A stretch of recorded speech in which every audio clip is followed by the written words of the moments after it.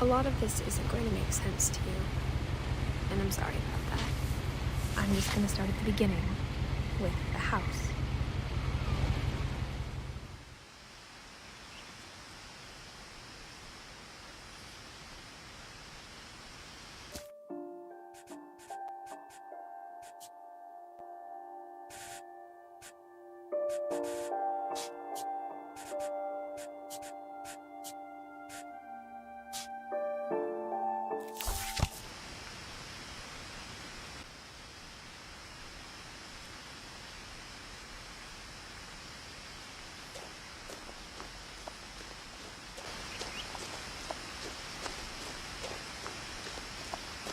I lived here until I was 11, but I wasn't allowed inside half the rooms.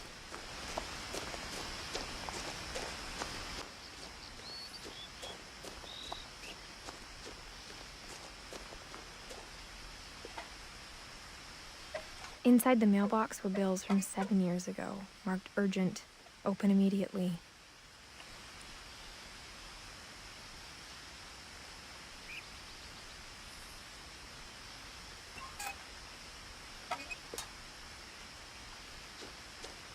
I hadn't been back since my brother Lewis's funeral.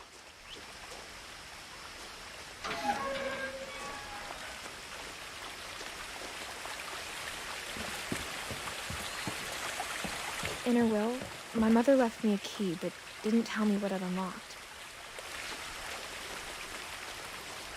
Maybe she thought I'd know, or she thought that the mystery would be enough to bring me back.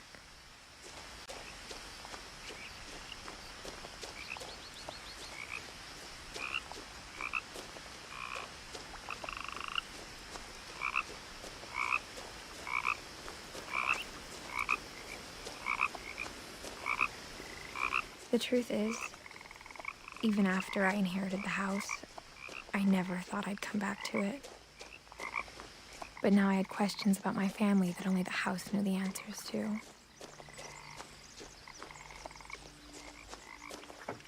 The woods around the house have always been uncomfortably silent, as if they're about to say something but never do.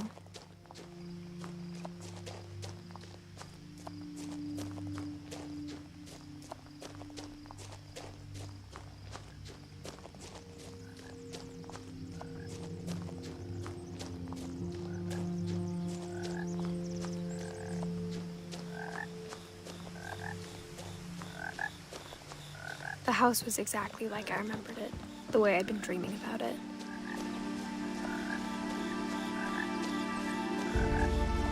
As a child, the house made me uncomfortable in a way I couldn't put into words.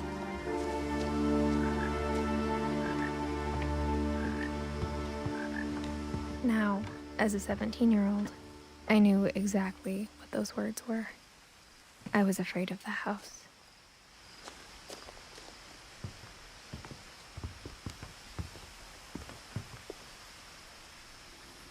I hoped the key might unlock the front door. It didn't.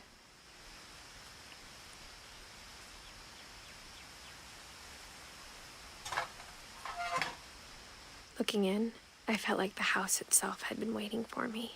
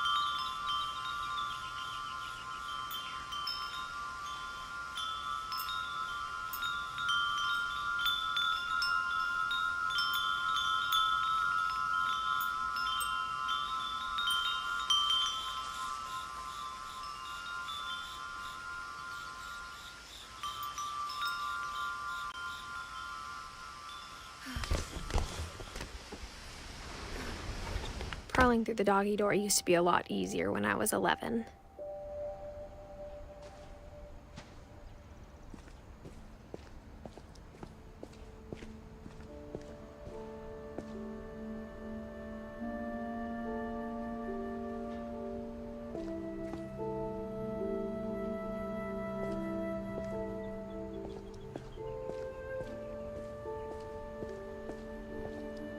The power had been turned off the night we left. For the first time in years,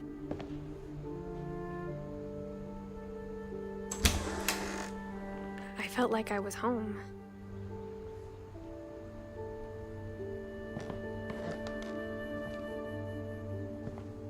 But instead of a family, there were just memories of one.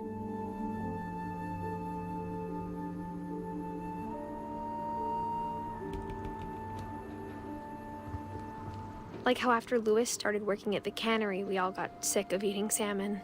Except our cat, Molly. Or how only one restaurant would deliver to our house, so we had Chinese a lot.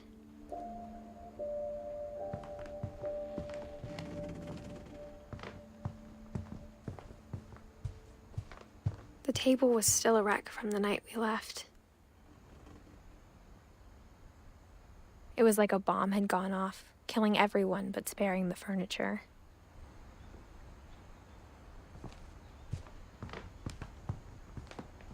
Nothing in the house looked abnormal. There was just too much of it, like a smile with too many teeth.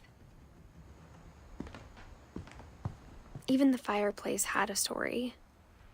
Edie told me the bricks came from the original house, after it sank.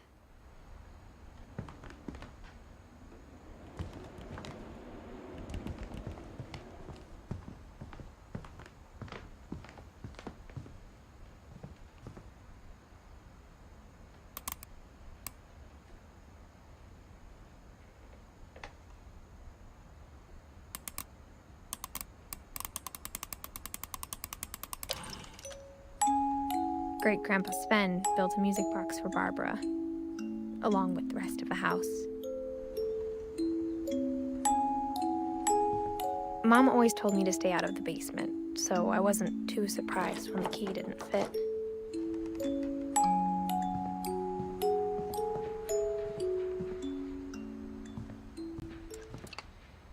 A lot of things got left behind in the whirlwind of that last night. My mom wasn't much of an optimist, but she never stopped believing that my brother Milton was alive.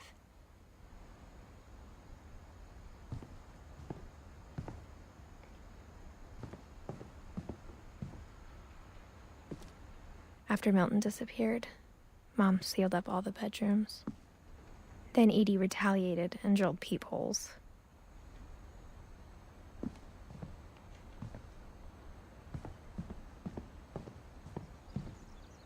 I spent a lot of time playing in Great Uncle Walter's room. Louis told me there were secret passages, but I never believed him.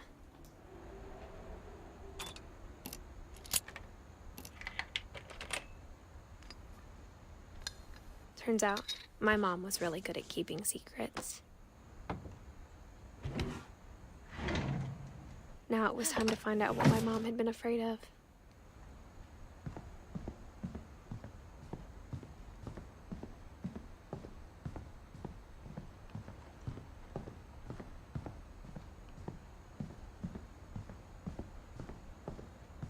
Whenever people ask me about my family, the first thing they always want to know about is Barbara. Mom must have locked the third floor stairs on the night we left.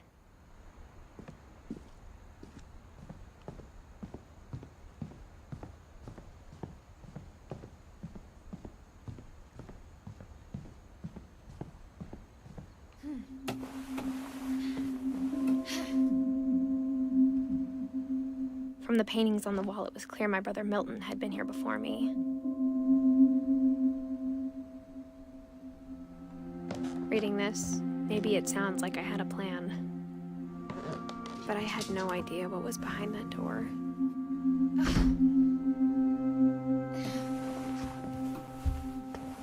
Just like I had no idea where all this was gonna lead. I grew up looking at Molly's room through the peephole.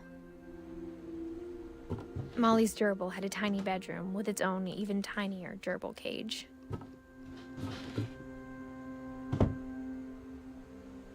Being inside for the first time, I felt like I'd stepped behind a painting.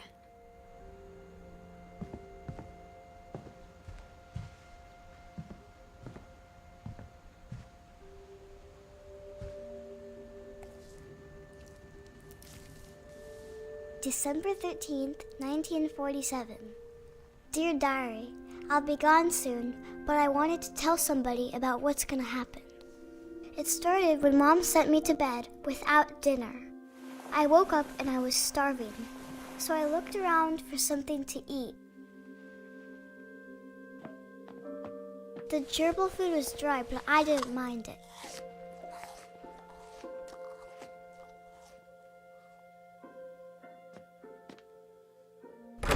Mom, can I come out now? Sweetheart, it's late. Go to sleep.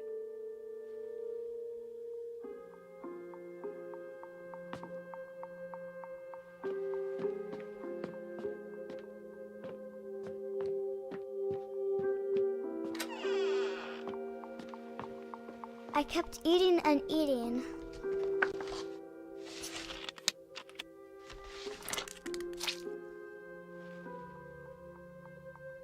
I ate a lot of things that night.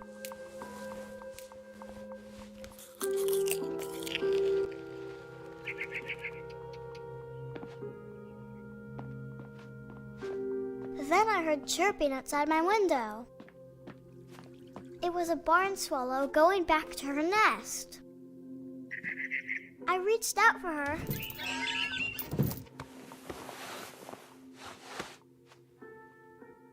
And suddenly, I was a cat.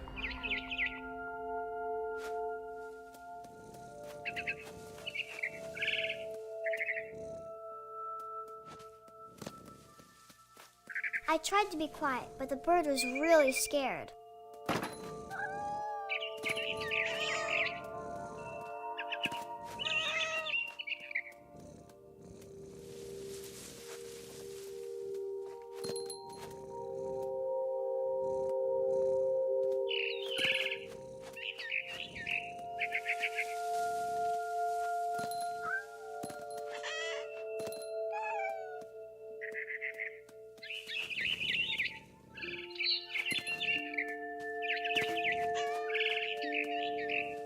I jumped and I almost got her.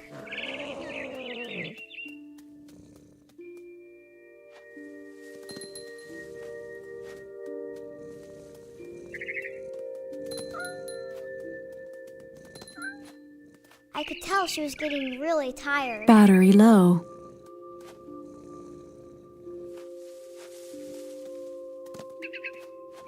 Now I was up in the big tree. I promised Dad I wouldn't climb it anymore. All I cared about was eating that mama bird.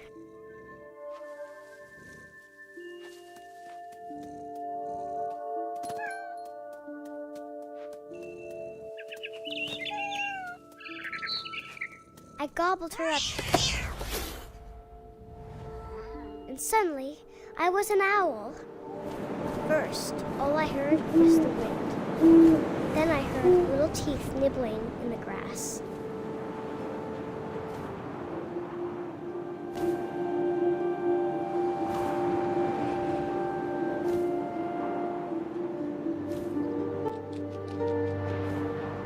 Rabbits.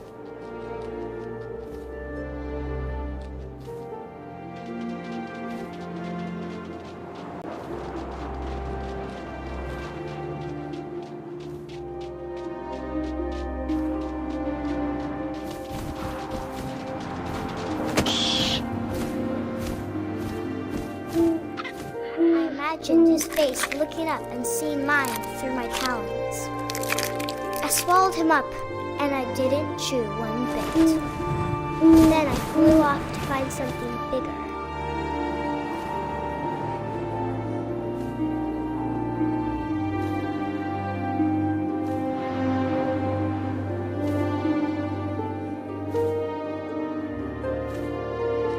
mama rabbit.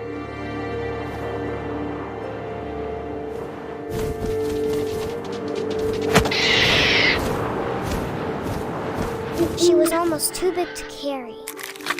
I started choking, but I couldn't stop eating.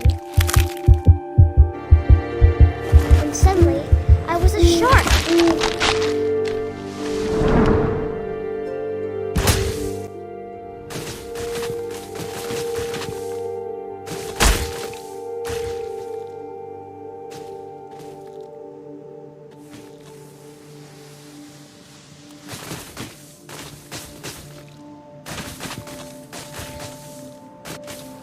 I rolled off a cliff and into the ocean. Now, I was hungrier than ever.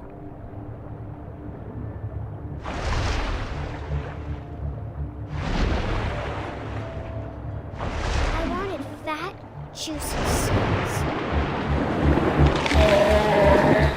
I tore off her flipper, and it tasted really good.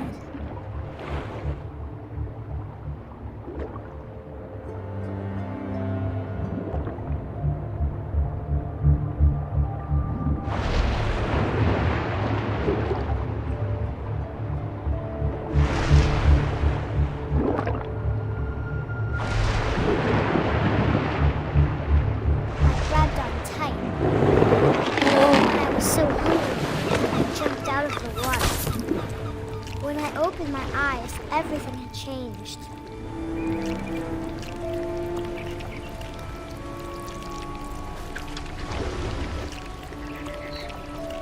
Now I was a monster, and I smelled people everywhere.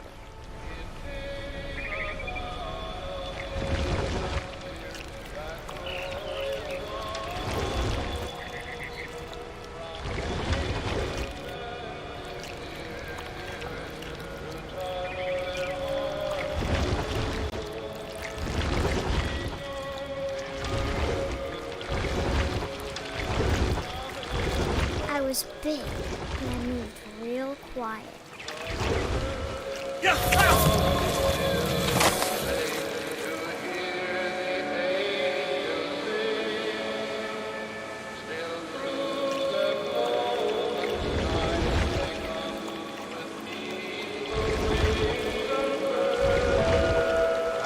I wanted to stop, but also I didn't.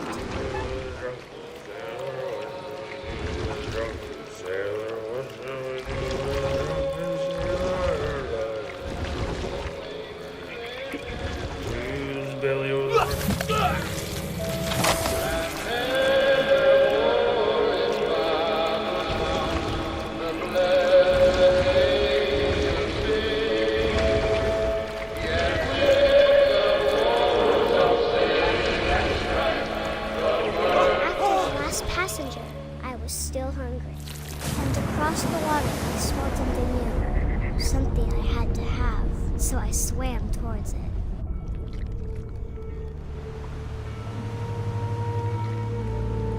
I slithered onto the sand, and the good smell went into an old pipe.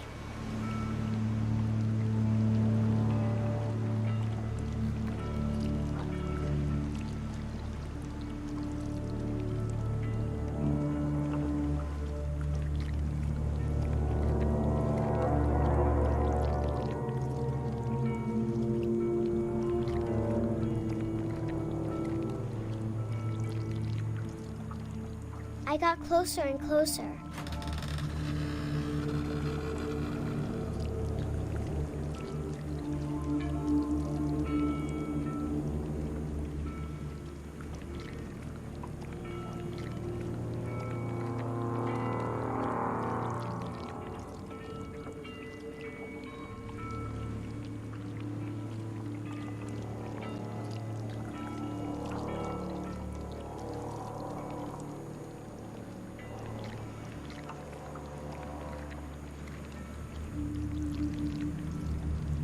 All my stomach started growling. And suddenly, I was me again. I held my breath for a long time, but I couldn't hear anything. I think it's waiting for me to fall asleep. But it's not going to wait much longer. It needs to feed, and we both know I will be delicious.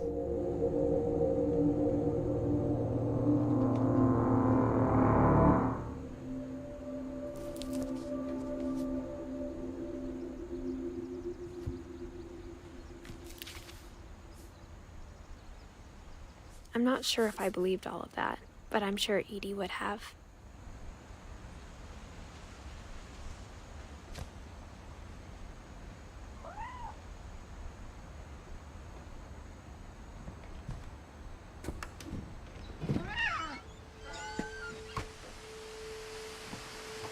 This will be obvious later, but my mom never told me any of these stories. Edie would have, but Mom didn't like bringing up the past. Though, when we adopted a stray kitten, she was the one who named it Molly. I spent a lot of time in Great-Grandma Edie's room.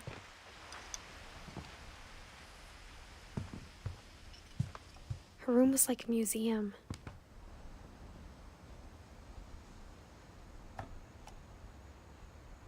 For 500 years, the Finches have been famous throughout Norway for their fortune and misfortune.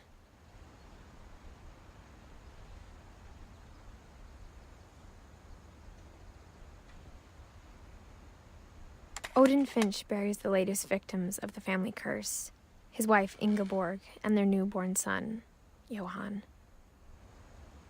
On January 7th, 1937, he set sail with his family and his house, hoping to leave the curse behind.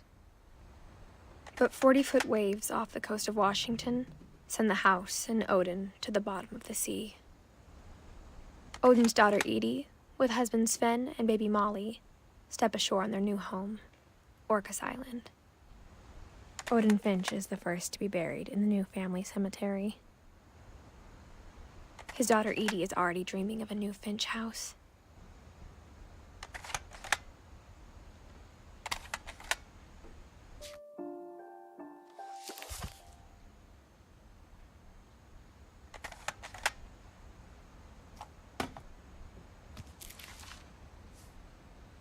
Whatever's wrong with this family, it goes back a long ways.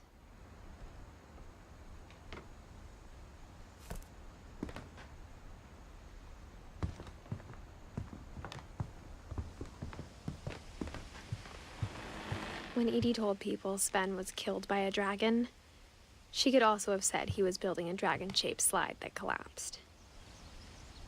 Even in her 90s, sometimes Edie seemed a lot younger than my mother. The only trace Grandpa Sam's first wife, Kay, left on the house was the pink bathroom.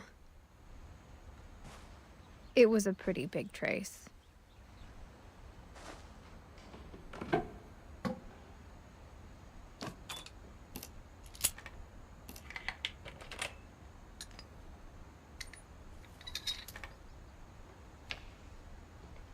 There's a secret in this bathroom. It's in the last place you would look. It isn't in the cupboard. It's hidden in this book.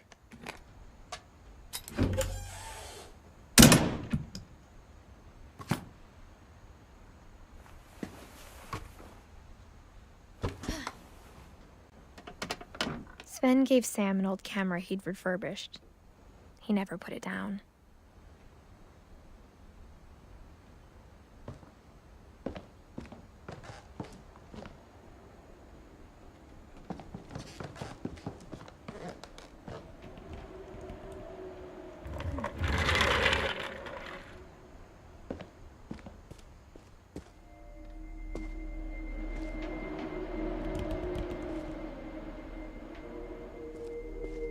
I knew Grandpa Sam had a twin.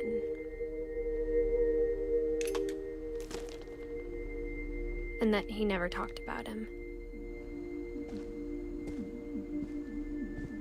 I guess my grandpa didn't like history any more than my mom did.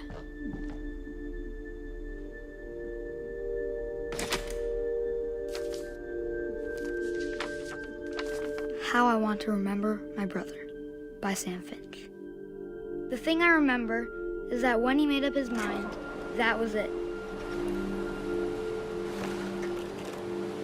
My brother said he'd die before he ate another mushroom, And he did. At Barbara's funeral, we swore we'd never be afraid again. And he wasn't. I think Calvin always wanted to fly.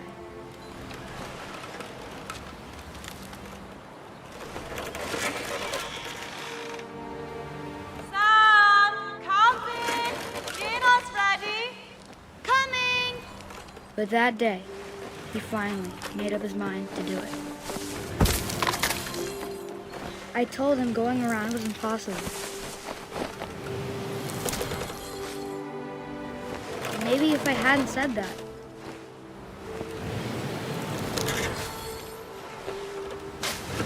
Calvin! I'm not gonna tell you again! Or maybe if the wind hadn't picked up.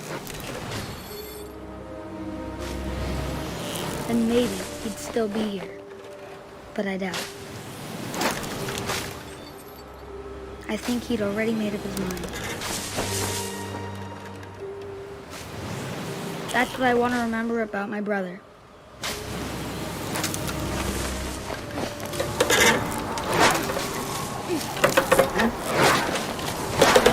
The day he made up his mind to fly. And he did.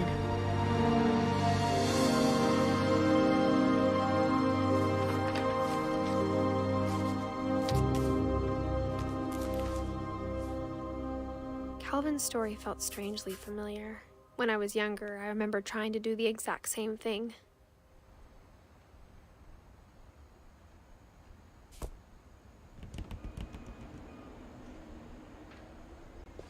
After the funeral, Edie roped off Calvin's half of the room.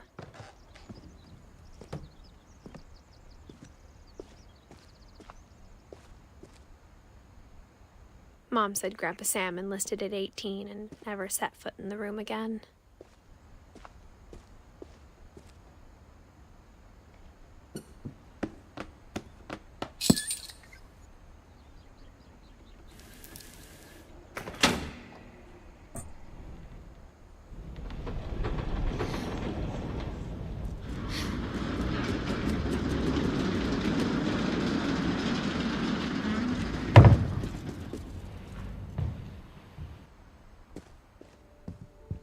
The passages were a pretty tight fit.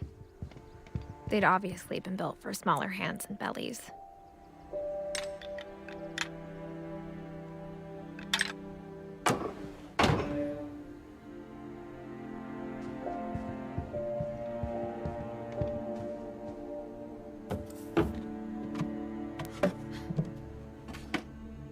Growing up, I always thought of Barbara as a child star.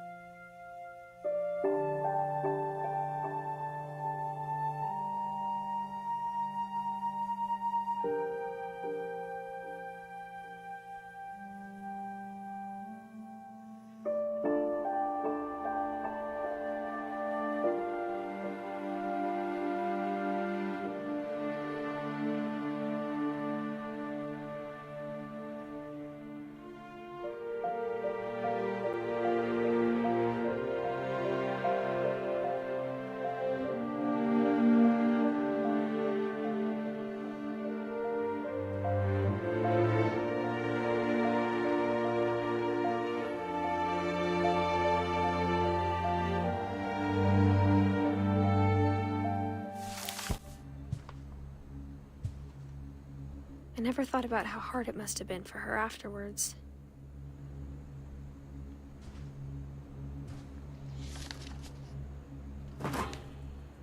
Of all the stories people wrote about Barbara's death, I'm surprised Edie saved this one.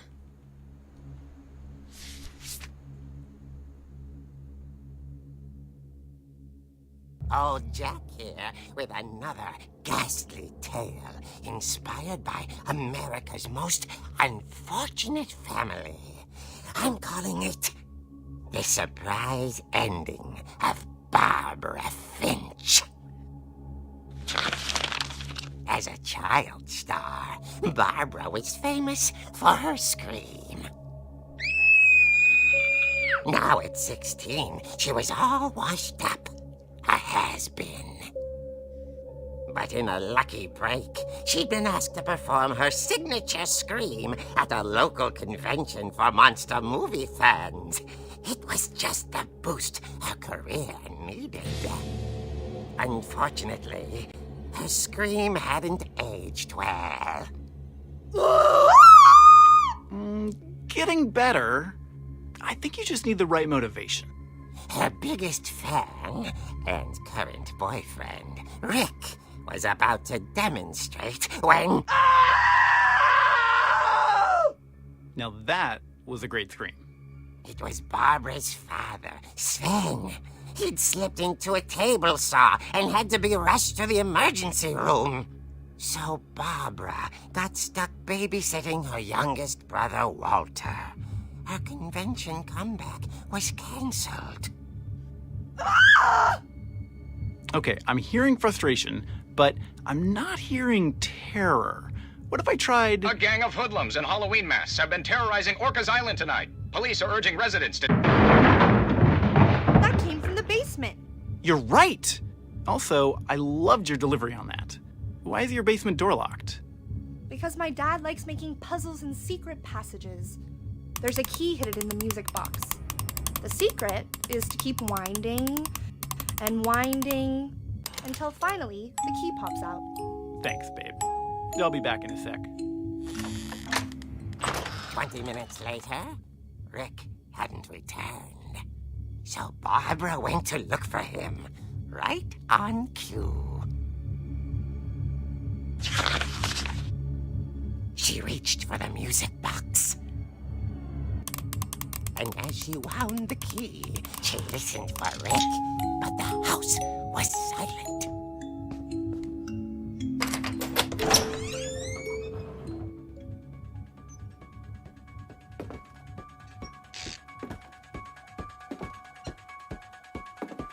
She found Rick's crutch and imagined the worst.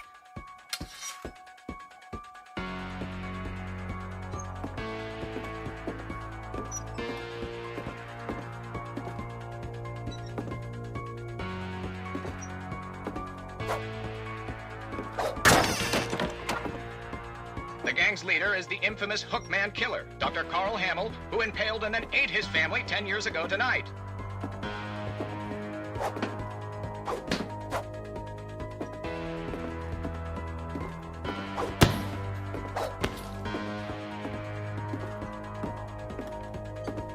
The old fridge rattled and grew still. Oh dear!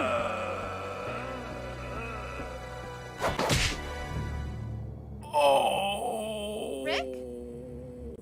Barb, relax. I was just trying to scare you to help you find your scream. Well, I'm not scared, Rick. I'm furious. Then act furious. All I'm getting from you now is that you're hurt and confused and She threw him out, but she kept a little something to remember him by. Barb, have you seen my other crutch? And she was still holding it when she fell asleep watching the late picture show. Hours later... Barbara! Walter, what's going on up there? Ah! Okay, I'm coming up, but if this is a trick, you're dead, Walter.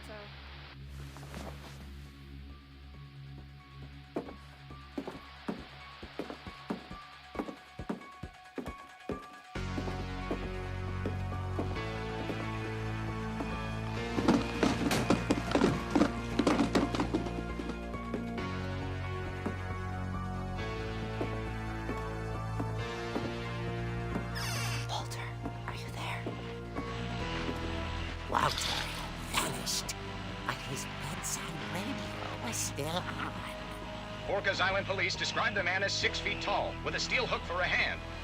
Residents are urged to lock all doors and windows and notify the police of any suspicious activity. Barbara turned, saw the hook man, and was speechless. He was quite smashing. And he was. He couldn't get enough of Barbara. Okay, Barbara, there's gotta be another way out. That night, she played her part beautifully.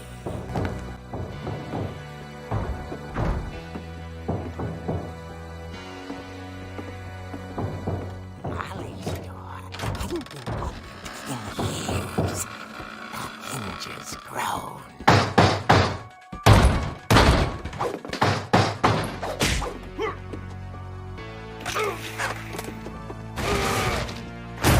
He wasn't moving, but she sensed the story might not be over yet.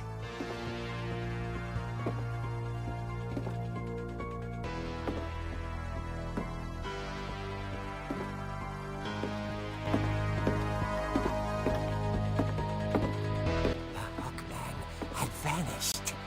She listened for his breathing, but all she heard was...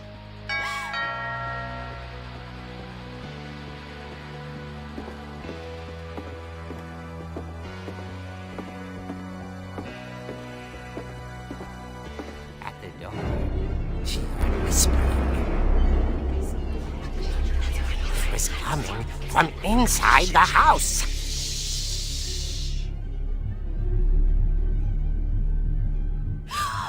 Oh dear.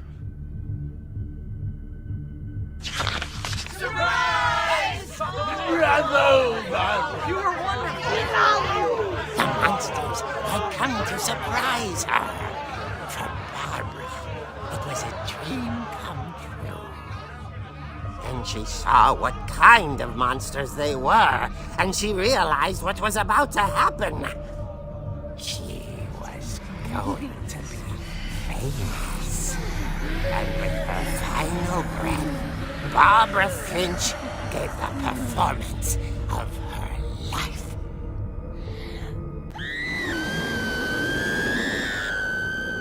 I wasn't there myself, but I hear Barbara was magnificent. Poor girl. She had a taste for stardom. But unfortunately, so did her fans. Of course, the police blamed it all on poor Rick, who disappeared the same night. And little Walter? Hiding under his bed the whole time. He took it all pretty hard, but that's another story. As for Barbara, tucked inside the music box was all they ever found of her. Her ear. Now that's what I call a real eerie tale.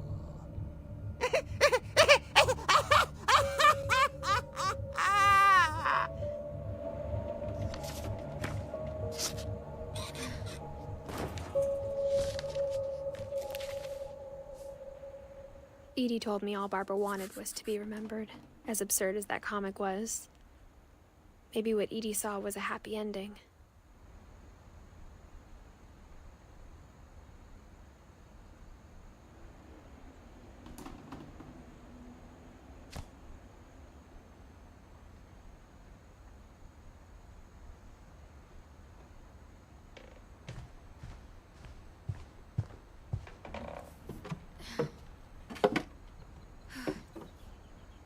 I guess now I know why Mom didn't like me playing with the music box.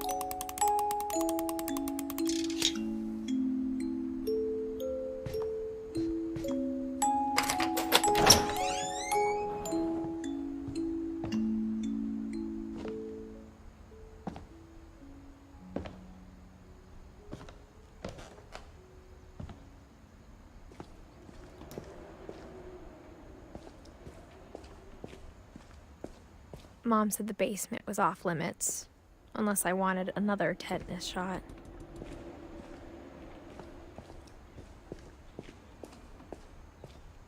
I saw Edie sneak down to the basement once, carrying packages. I thought maybe she was hiding presents.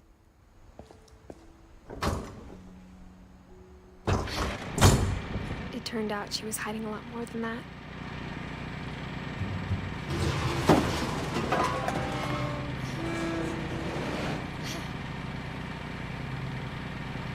I remember asking Mom once about where Walter had gone.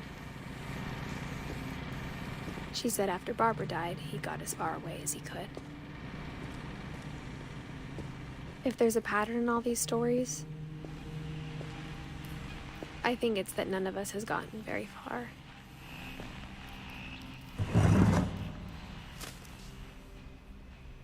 Goodbye, everyone. I can't believe I've been down here for 30 years. On that first day, after the shaking started, I didn't think I'd survive a week.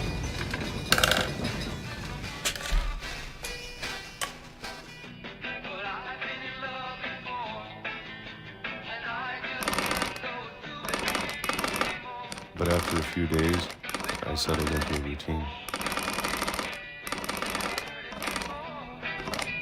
That's what kept me sane. Having a schedule, living for today. I always expected to be dead tomorrow. But if you wait long enough, you get used to anything.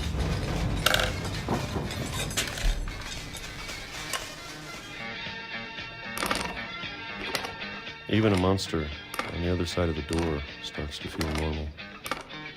Almost friendly.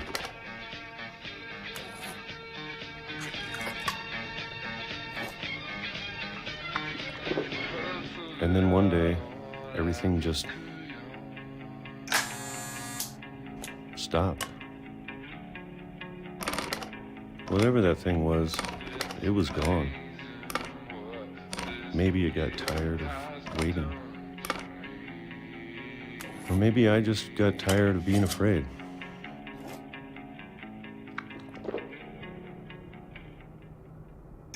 It's been a week now, the longest in 30 years.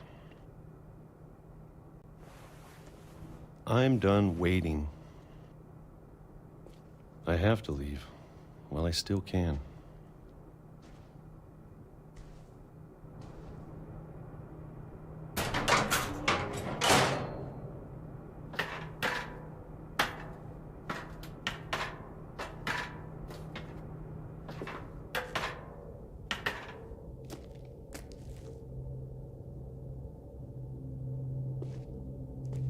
I know it's out there somewhere. Whatever killed Barbara and Molly and Calvin. Maybe this is all a mistake. But I need to stop living the same day, even if it kills me.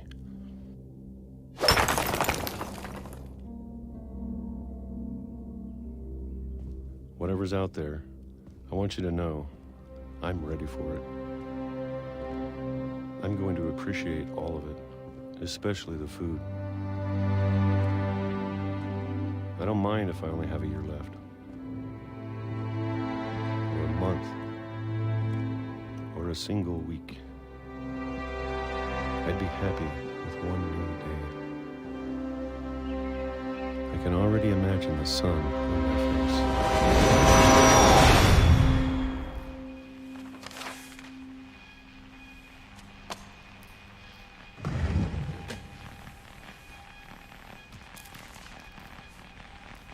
Walter died when I was 6.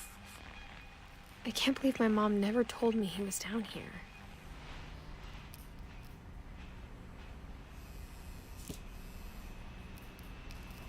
I'm sure my mom was trying to protect me.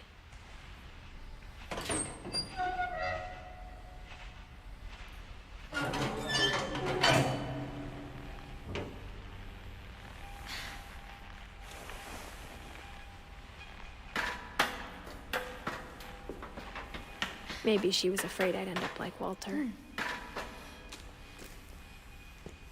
But if she never told me about an uncle under the house,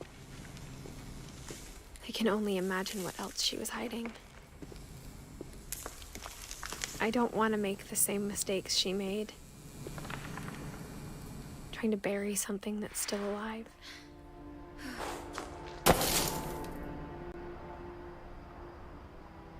Now that there's only one of us left, or maybe two, I thought it was time I heard the stories for myself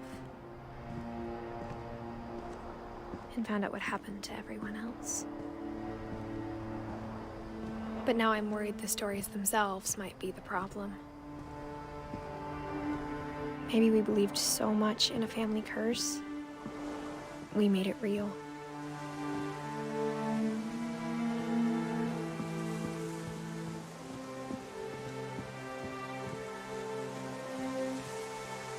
I don't know if I should even be writing this.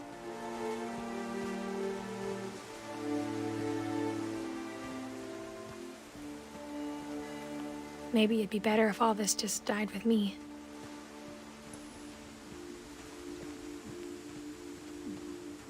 But I thought you should know about your family.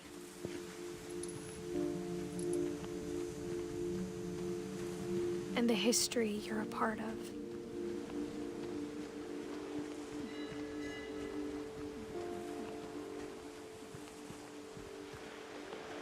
Though to be honest, I feel as lost as you probably do right now.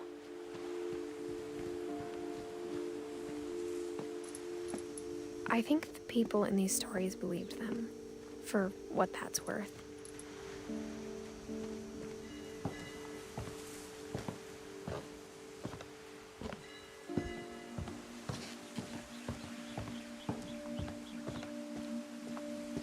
And when you look at the house, that history of imagination and stubbornness and madness, any of it seems possible.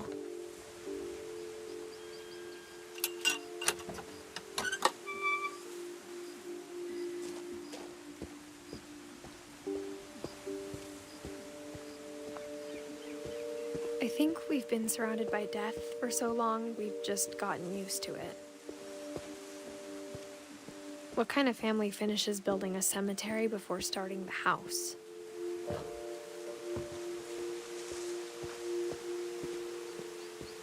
It's embarrassing for me to admit this, but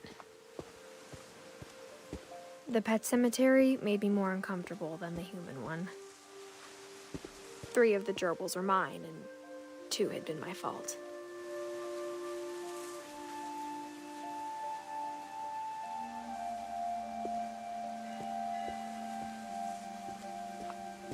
Sven built the house, but it was Edie who designed the cemetery.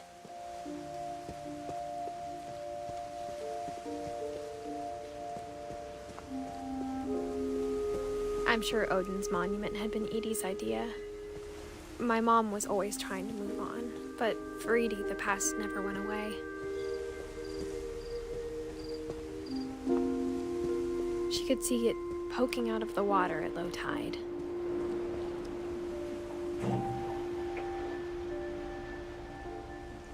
Edie said she dreamed about the old house every night.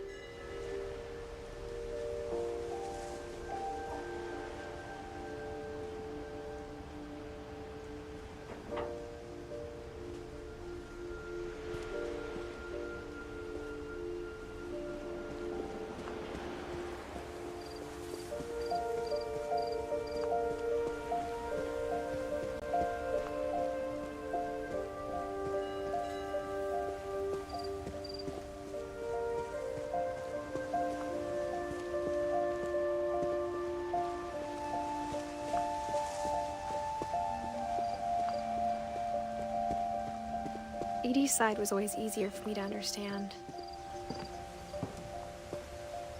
But the older I get, the more I can see where my mom was coming from. Her dad had been pretty strict, but it wasn't enough to save her brothers. She was just trying to do better.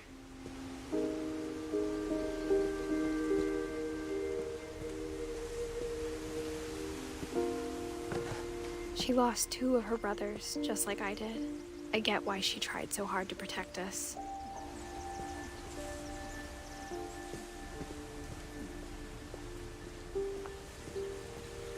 There's so many things I wish I could ask my mom now. Part of me thinks this is what she wanted all along. For me to come back someday and find everything out for myself.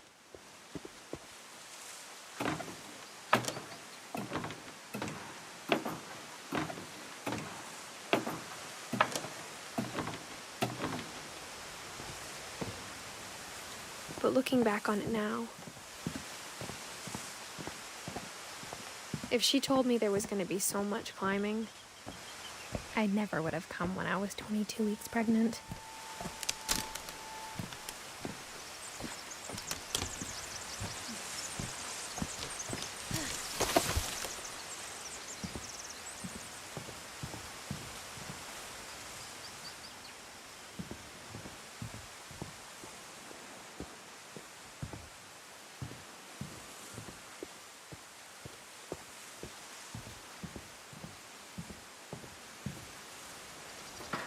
I never met Grandpa Sam, but I think he and my mom had a lot in common.